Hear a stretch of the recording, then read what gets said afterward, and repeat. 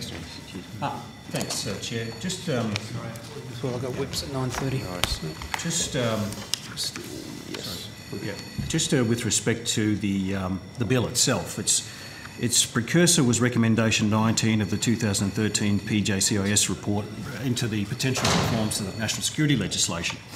And there were two elements of that, and I was chair of the committee and involved in it at the time. One was the telecommunications industry-wide obligation to protect infrastructure and the information held on it, passing across it from unauthorised interference.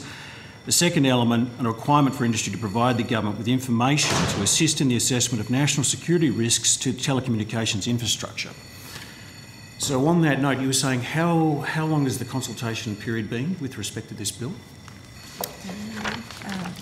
Quite a long time.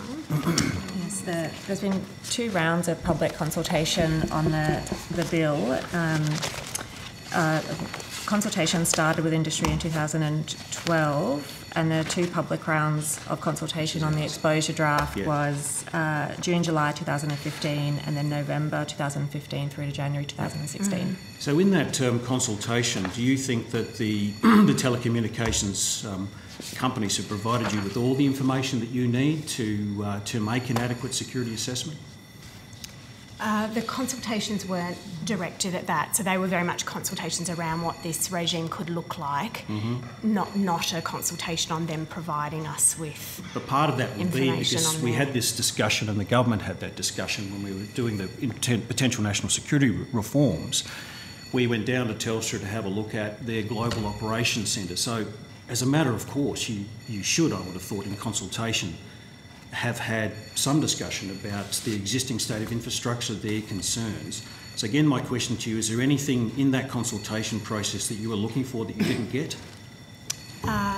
No. Information-wise? I think the information that we will hope to get through the reforms for notification of systems and how they run, I mean, we do that work with them at the moment through security and intelligence agencies, but it's the case that it's a rapidly changing landscape, so changes are being made to systems, facilities and networks all the time. So, in that vein, and I put this question to you yesterday, can you tell me how much information and data from Australian telecommunications companies is stored offshore?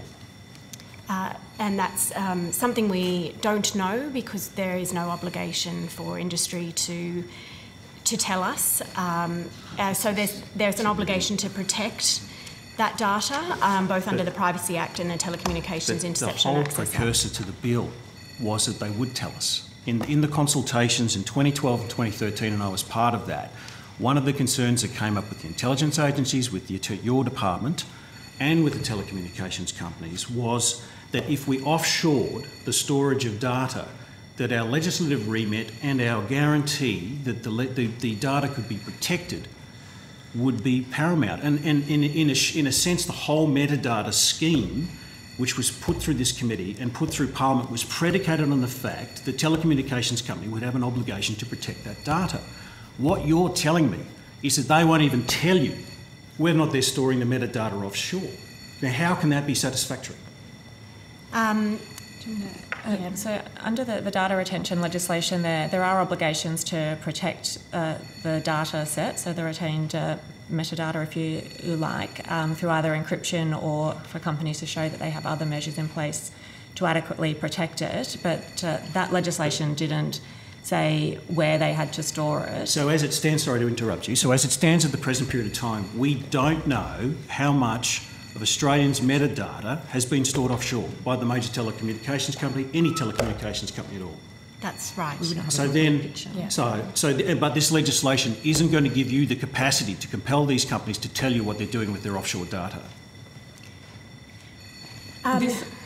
So we don't have that's correct that we don't have a complete picture of every company's storage of data. You know, in conversations with some industry members, we may have some visibility, but not across the board. What this bill would introduce is a notification requirement, and one of the kinds of changes that would have to be notified is information that's being stored or your offshoring. Do you think Australians would be comfortable, given the concern about the metadata regime, that a lot of their metadata could be stored offshore, and worse than that, that the security agencies and the Attorney General's Department don't know how much data is being stored offshore?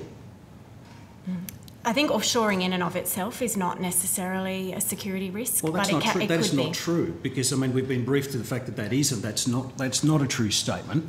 And it was one of the concerns of the committee that if you did offshore, that it did impact the capacity of the agencies and the Attorney General's Department to actually protect the data. And we've seen publicly fairly significant issues of data being stored offshore and it being susceptible to infiltration. So my point again, particularly when we gave to some extent the assurance to the Australian public that if we stored their metadata, that it would be stored securely, that what is apparent in this is that there is much less of a guarantee that in fact the data is protected. And I submit to you that's an incredibly significant concern. And the fact that you cannot put to me, and this consultation has been going since 2012, you can't tell me this, should be a significant concern, not just to everyone on this committee, to Australians listening to this as well. So what may I respectfully suggest to you and to the agencies, that they actually make this a priority, because we will be asking the telecommunications. Because as I said, I was chair of this committee. When we looked at this issue, when we listened to the telecommunications companies and we listened to them and we said to them quite explicitly that we wanted them to protect their data, we were given assurances that this data would be protected, assurances that to demand that this would be kept onshore. And now we discover through the process of this particular bill that the data's not being protected, that you can't give me a guarantee that the data's being protected. And to me, that is completely unsatisfactory. So there is a legislative requirement to protect that data and to provide access. And this bill will give us a mechanism for information gathering. The problem is you can't answer one simple question. That is ridiculous. That is completely unacceptable. The fact that you're a government agency that's responsible to oversight this and you cannot answer a question about how much data is being offshore, that is just ridiculous. So I'm going to finish off because others have got to ask questions. But being involved in this since 2012, I submit to you, it is completely unacceptable that you don't know how much data is being stored offshore.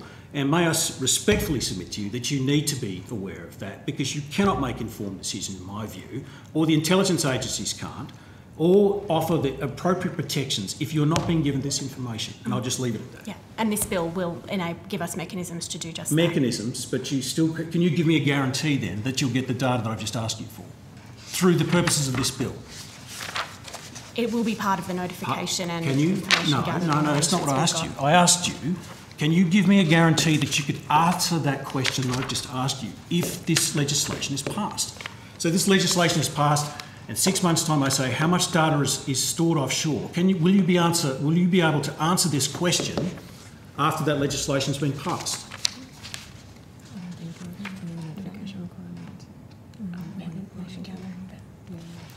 It would enable us to answer that question.